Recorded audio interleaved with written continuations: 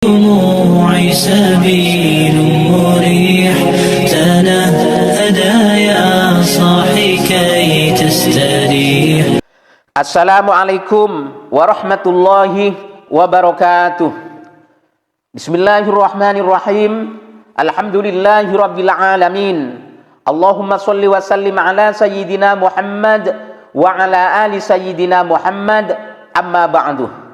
Di kesempatan ini kami akan menyampaikan berita buruk yang kita semua tidak boleh mengikutinya dan harus menghindar daripada isi berita buruk tersebut, yaitu mengenai sekelompok manusia yang sangat bernafsu untuk kembali pada Al-Quran dan As-Sunnah, memaksakan diri untuk mengikuti dalil tanpa mengikuti ulama, tanpa melalui para ulama, tanpa melalui pintu pemahaman 4 imam mazhab, atau dengan kata lain tidak bermazhab, dengan alasan yang tidak logis, akal yang sehat dan waras sulit untuk menerimanya, yaitu mereka katakan bahwa ulama, imam mazhab, dan bahkan sahabat itu tidak maksum. Mereka berpotensi untuk salah juga di dalam berijtihad. Dan ketika mereka salah di dalam ijtihadnya dalam suatu hal dan salah di dalam beristimbat hukum, maka berarti mereka sesat dan kami disesatkan oleh mereka. Nah, pertanyaannya sekarang adalah, jika sekelas sahabat, jika ulama sekelas tabi'in, jika ulama sekelas imam mazhab bisa salah di dalam berijtihad, bisa salah di dalam beristimbat, di dalam berfatwa, di dalam berpendapat, lalu bagaimana dengan kita? Lalu bagaimana dengan antum wahai para wahabi? Jadi begini ya, jika harus ikut dalil yaitu Al-Quran dan As-Sunnah dengan mengesampingkan ulama, dalam hal ini adalah para imam mazhab, maka kami sangat mengkhawatirkan akan terjadi musibah besar, akan terjadi malapetaka pada umat seperti berikut ini. Yang ditunjukkan, yang dibawa mereka kepada dalil. Ketika ditunjukkan dalil, yang kita ikut apanya? Ulamanya atau dalil? Yang diikut dalil. Sekarang ini saya lihat fenomena yang ada ini, kembali manusia kepada taklid. Bukan hanya orang awam, ustadz sekarang ini. Kok jadi kembali lagi kepada orang tidak tahu sama sekali? Udah baca. Sekarang enggak, sudah enggak baca tuh semuanya, tanya yang gampang aja. Langsung yang instan, tanya syekh gitu. Kan yang diminta dalil. Kalau dalil, yang kita ikut dalil. Itu penting dalam kita beragama, ini penting. Supaya kita enggak sesat. Para imam, sehebat apapun imam itu, mereka manusia. Bisa salah, bisa benar. Tapi kalau kita ikut dalil, kita dibimbing oleh dalil. Loh, yang kita tanya dalilnya. Kita kan harus pinter. Dalil. Mengenai penjelasan Ustadz di pekan yang lalu bahwa kita harus mengikuti dalil dan bukan mengikuti ulama, ada sebagian dari saudara-saudara kita yang kita dengar dalam majelisnya menyanggah dengan berkata bahwa pernyataan tersebut terkesan merendahkan ulama, karena tentunya para ulama pun pastinya berfatwa dan beristimbat kepada dalil. Mohon tanggapan Ustadz. Jazakallahu khair. Itu ulama itu manusia bukan? Nah, saya mau tanya, ulama itu manusia bukan? Kalau manusia tempat apa? Kesalahan. Sekarang saya mau tanya, sahabat nih yang Nabi katakan khairun nas, ada nggak sahabat salah? Ada nggak sahabat salah? Ada. Sesudah sahabat tabiin, ada nggak yang salah? Banyak yang salah. Sesudahnya lagi ada yang salah. Kalau kita nggak mengikuti kiai ajengan, terus kita ngikutin siapa? Pertanyaan. Tadi saya jelaskan jelas gamblang. La haula wala quwwata illa billah. Ya kita ikut Rasulullah SAW. Kan nanti di kubur ditanya siapa? Ditanya kiai kamu siapa enggak? Enggak, ditanya man rabbuka wa man nabiyuka wa ma dinuka. Ditanyakan siapa Rob kamu, siapa nabi kamu. Nabi saya Kiai Fulan. Nabi saya ajangan nggak ada. Tadi sudah saya sampaikan, mazhab itu jalan yang mengantarkan kita pada ibadah yang benar sesuai petunjuk Nabi SAW. Antum kalau tidak bermadzhab, bagaimana bisa berislam dengan baik? Jadi mazhab itu bukan kelompok, mazhab itu pilihan dalam mengamalkan ajaran-ajaran Nabi SAW. Misal begini, saya ingin kembali pada Al-Quran dan Sunnah. Pertanyaan saya, bagaimana cara antum mengambil Sunnah? Sunnah itu dari Nabi, antum pernah ketemu Nabi? Mimpi aja belum tentu ketemu Nabi. Nah, cara antum mengambil dari Nabi disebutkan oleh Nabi di hadis Ibnu Majah nomor hadis 233. Wa innal ulama'a warathatul anbiya, dan para ulama itu pewaris para nabi. Para ulama ketika mengajarkan kepada kita menyampaikan ajaran-ajaran dari Nabi. Gini, memang harusnya kita tidak perlu ikut Syafi'i atau Imam Malik, Imam Ahmad, Imam Abu Hanifah, itu nggak perlu. Yaitu ketika kita memang hidupnya bersama Rasulullah. Buat apa nanya Imam Ahmad bin Hambal? Kan ada Nabi di depan kita, Nabi, ngapain nanya Imam Ahmad? Imam Ahmadnya juga belum lahir. Buat apa nanya kepada Syafi'i? Syafi'i belum lahir, Syafi'i lahir tahun 150 Hijriah, ya kan? Abu Hanifah lahir tahun 80 Hijriah.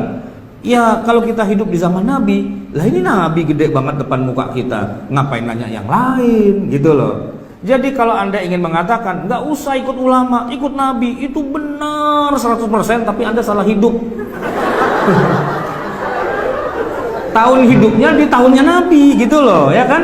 Ada Nabi di depan, ya Rasul, boleh, boleh. Iya udah jalan, ya Rasul, haram, haram, kan gitu. Di depannya Nabi. Ini dia hidupnya di zaman sekarang, 14 abad kemudian. Dia bilang, saya nggak perlu ulama, saya langsung pada Nabi. Ketemu di mana tong sama Nabi? Nah, ketemu di mana? Di mimpi. Nggak bisa dijadikan dasar. Terus ketemu di mana? Di Sahih Bukhari. Emang bisa baca tuh Sahih Bukhari? Ya kan? Kan baca cuma terjemahnya doang, ya kan? Orang Imam Bukhari saja, orang Imam Bukhari itu nggak ketemu langsung dengan Nabi, nggak ketemu langsung, ya kan? Jangankan Bukhari, Abu Hanifah, Syafi'i itu nggak ketemu langsung, Imam Malik nggak ketemu langsung. Yang ketemu langsung itu adalah sahabat Nabi. Jadi yang boleh bilang saya tidak butuh ulama, saya butuh Nabi langsung, itu sahabat. Nah, ente hidup tahun berapa? Nah, kan nggak sesuai. Nah, buat orang yang sudah nggak ketemu langsung dari Nabi, ketemunya hanya dengan sahabat, yaitu para tabiin. Tabiin aja nggak boleh bilang saya nggak butuh sahabat, saya butuh Nabi. Lu ketemu? Enggak sih. Ya ketanya sama sahabat dong ujung-ujungnya kan. Nanyanya kepada siapa? Ya yang ketemu pada Nabi, ya sahabat. Itu kalau tabiin. Nah kalau di bawahnya tabiin, atba'ut tabiin, ya nanyanya kepada tabiin. Tabiin dari para sahabat, sahabat ya dari Rasulullah. Siapa itu atba'ut tabiin? Contohnya adalah Rasulullah punya sahabat namanya Abdullah bin Umar. Abdullah bin Umar ini sahabat. Sahabat ini punya murid namanya Nafi'. Nafi' itu berarti derajatnya adalah bukan sahabat, di bawahnya sahabat. Apa namanya? Tabi'in. Nah, Nafi' ini ya, kemudian di masanya dia jadi ulama besar, dia punya murid namanya Malik. Malik itu apa levelnya? Tabi'in.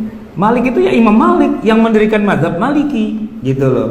Masa kita bilang Malik goblok agak ngerti apa-apa? Gua yang ketemu langsung dengan Nabi. Kapan ketemunya? Di mana ketemunya? Dalam mimpi. Ya kalau dalam mimpi mah nggak bisa dijadikan dasar. Nah, kita nanya kepada Malik, itu adalah pendiri dari mazhab Maliki. Kita nanya kepada Imam Syafi'i karena Syafi'i muridnya Imam Malik, gitu loh. Kita nanya kepada Imam Ahmad karena Imam Ahmad itu muridnya Imam Syafi'i. Ahmad, Syafi'i, Malik, Nafi', Ibnu Umar, Rasulullah. Itu kan generasi pertama kepada mereka. Kita bermazhab itu kepada orang yang salaf. Salaf itu di sini maksudnya ya salaf yang hidupnya di awal-awal itu.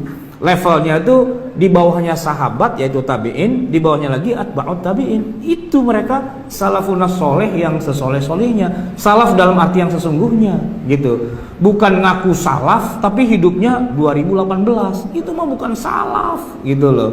Orang zaman sekarang tapi ngakunya ke sana. Terus saya tanya, kalau emang Anda ketemu langsung dengan Nabi lewat jalur apa? Lewat pakai hadis. Emang hadis ente ketemu langsung dengan Nabi kan enggak? Tapi dari sahabat, dari tabi'in, dari atba'in kan lewat jalur yang sama juga, lewat jalur Imam Ahmad, lewat jalur Imam Asy-Syafi'i, lewat jalur Imam Malik, kan itu juga. Jadi dia bilang saya nggak mau ikut mazhab, tapi pakai hadis. Ya berarti hadisnya kan lewat jalur orang yang sama juga. Kenapa kalau hadisnya dipakai tapi ijtihadnya nggak dipakai? Kan nggak masuk akal. Sedikit belajar sejarah lah gitu, biar nggak kelihatan begonya tuh kelihatan banget gitulah ya. Sedikit belajar sejarah. Jadi tahu, oh di sini posisi para ulama itu. Dan kepada kita ya kita tinggal ikut aja. Kan begini ya. Kita harus pakai hadis sahih. Kalau hadisnya tidak sahih harus dibuang gitu ya. Oke, sepakat. Tapi sebagai seorang yang mujtahid, maka hadis yang dikuasai itu tidak boleh cuma 1-2 biji aja, nggak bisa. Hadis itu jumlahnya banyak, bukan cuma puluhan, ratusan, ribuan, tapi bisa jutaan jumlahnya. Nah, orang itu tidak bisa dikatakan sebagai mujtahid yang boleh diikuti pendapatnya kecuali dia sudah memenuhi syarat minimal dalam bab hadisnya. Kata Imam Ahmad itu minimal Anda harus menghafal hadis paling tidak 500.000 hadis. 500.000 hadis untuk bisa menggambar begini loh yang namanya sholat. Itu kan hadisnya ada ribuan. Nah kalau cuma tahunya 10-20 hadis atau 40 hadis arba'in nawawiyah, ngaku-ngaku sudah mujtahid, nggak bisa. Kenapa? Karena masih ada ribuan hadis lagi yang dia belum pernah baca. Nah buat kita yang awam ya, kita nggak perlu menghafal 500.000 hadis, itu nggak perlu, kelamaan, kagak apal-apal gitu kan. Ya silahkan mereka yang sudah punya kemampuan itu, dia kasih kesimpulannya aja. Setelah saya menguasai sekian ratus ribu hadis itu, saya kaitkan hadis ini dengan hadis ini dan sebagainya. Kesimpulannya, orang kalau mau sholat tuh harus nomor 1 niat, kedua takbiratul ihram, 3 baca Fatihah, 4 ruku, i'tidal, sujud dan sebagainya. Itu poinnya. Setelah dia pelajari semua, kesimpulannya begitu. Nah kita sebagai orang awam, kita ambil kesimpulannya aja. Karena yang beristihad juga bukan orang sembarangan, orang paling ngerti. Siapa lagi yang lebih ngerti dari mereka? Ya mereka ngajarin ke kita kayak gitu kesimpulannya. Ya itulah. Yang dibilang bermazhab itu kan ya begitu. Nanya kepada yang memang ahlinya.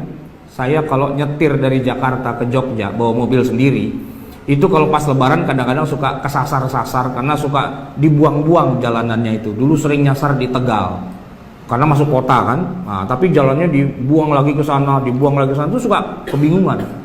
Kalau udah nyasar gitu, wah repot nih. Bisa-bisa nggak sampai Jogja malah balik lagi ke Jakarta kan gitu ya. Nah, alhamdulillahnya di tengah kebingungan saya itu dari jauh saya lihat ada polisi. Alhamdulillah, saya deketin, selamat malam Pak. Saya mau ke Jogja, cuman saya bingung nih di sini kok kebingungan jalannya lewat mana, gitu kan? Karena ini jalur-jalur alternatif. Kata Pak polisi, Bapak lurus, nanti pertigaan, Bapak belok kiri, nanti ada perempatan, belok kanan. Siap, terima kasih Pak. Kan gitu ya. Masa saya bilang, dalilnya apa? Bapak bilang gitu. Tahu dari mana? Kenapa kita harus bermazhab Ustaz? Harus bermazhab karena Anda bukan mujtahid. Pilih 4. Dari yang paling tua, Hanafi, Maliki, Syafi'i, Hanbali. Wajib pilih. Nggak boleh nggak ikut mazhab dalam fikih. Loh, tapi kan Ustaz kata Nabi wajib berpegang teguh Quran. Iya, Quran dan Sunnah itu tidak bisa Anda pahami berdasarkan akalmu. Harus ikut ulama. Mana dalilnya? Al ulama warathatul anbiya. Kalau nggak ikut ulama sesatlah. Jadi kalau tanda hitam di dahi teman-teman sekalian adalah hadis, adalah ayat Al-Quran surah Al-Fatih, ya. Surah Al-Fatih. Kalau antum betul-betul alami sujudnya sesuai dengan Nabi SAW perintahkan, kata beliau dalam hadis, memang dahi tersentuh di tanah dan otomatis hitam. Orang kalau lama memang niatnya ikhlas kepada Allah, sujud lama maka akan hitam.